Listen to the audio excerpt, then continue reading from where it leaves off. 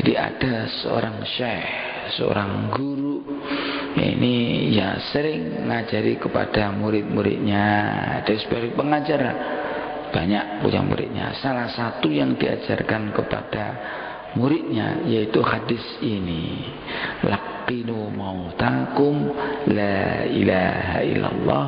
Dan hadis juga, mangkana akhiru kalamihi la ilaha illallah dakhalal jannah.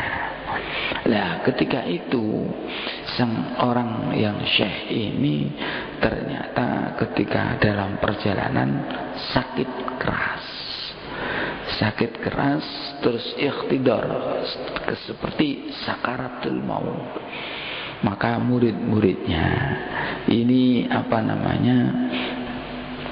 datang ke situ untuk tujuannya mentalkin sang guru itu dengan kata-kata la ilaha illallah. Jadi ketika ini ditalkin la ilaha illallah, tapi ternyata apa reaksi dari sang guru itu? Dia tidak mau mengucapkan la ilaha illallah, tapi justru sang guru itu menggelengkan kepala, geleng-geleng kepalanya.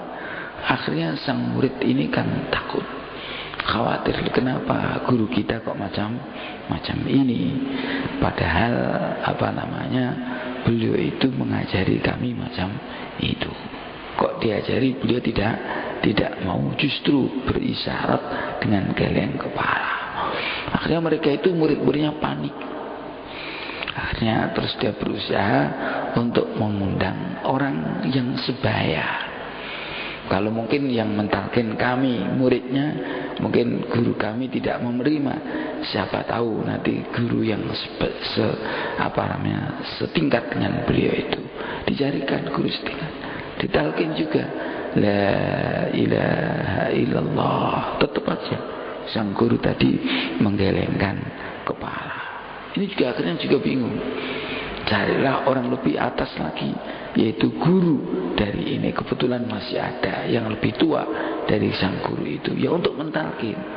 Ketika la ilaha illallah, tetap aja dia geleng kepala. Maka akhirnya terus sudah tawakal kepada Allah Subhanahu wa taala. Alkisah selanjutnya, memang takdir belum memastikan beliau itu wafat. Akhirnya orang tadi yang tadi sakaratul maut tadi sempat sadar lagi. Nah, sadar, bisa diajak komunikasi. Ketika diajak komunikasi, sang murid menanyakan, wahai guru, wahai ustaz, tadi ketika antum dalam posisi sakaratul maut, kami ini dari murid-murid antum itu mengajari antum untuk baca la ilaha illallah, tapi ternyata antum tidak merespon sama sekali. Bahkan respon antum itu justru menggelengkan kepala. Apa kata sang guru ketika itu? Loh, maksud iya? Saya merasa tidak ada. Saya merasa tidak ada suara-suara yang mengajari aku baca kalimat thayyibah. Yang ada di kala itu, ada orang tua datang kepadaku. Ya, orang tua itu rambutnya sudah putih, jenggotnya sudah putih, pakai juga serban putih. Nah, ketika itu orang datang itu sambil membawa segelas air yang berisi es, alma al-musallat, air yang dingin. Nah, pas ketika itu saya amat haus. Orang tua tadi mengatakan, saya tahu bahwa kamu itu dalam keadaan haus.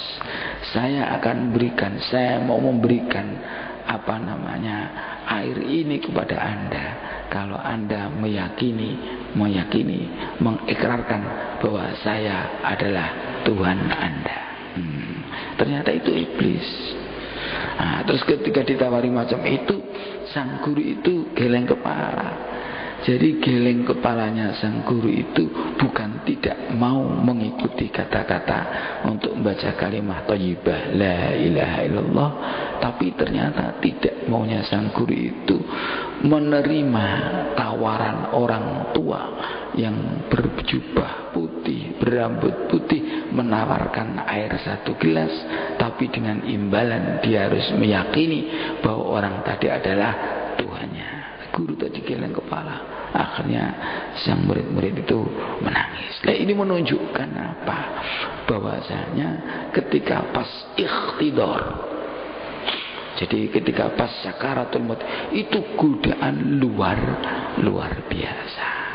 Oleh karena itu sebaiknya kita itu kata-kata la ilaha illallah kita ini ajalah kita sering-sering kita ucapkan. Maka dalam hadis lain kan ada jaddidu imanakum biqauli la ilaha illallah. Perbauilah iman kalian dengan membaca la ilaha illallah. Oleh karena itu saya yakin ketika kita jamaah ini dalam sholat apapun, biasanya ulama-ulama kita dulu mengajari ketika setelahnya membaca tasbih 33, tahmid 33, takbir 33, terus membaca la ilaha illallah. Tujuannya apa? Supaya dia itu terampil. Kalau apal nanti ketika tertimpa sesuatu, justru kata itu yang terucap lebih dahulu.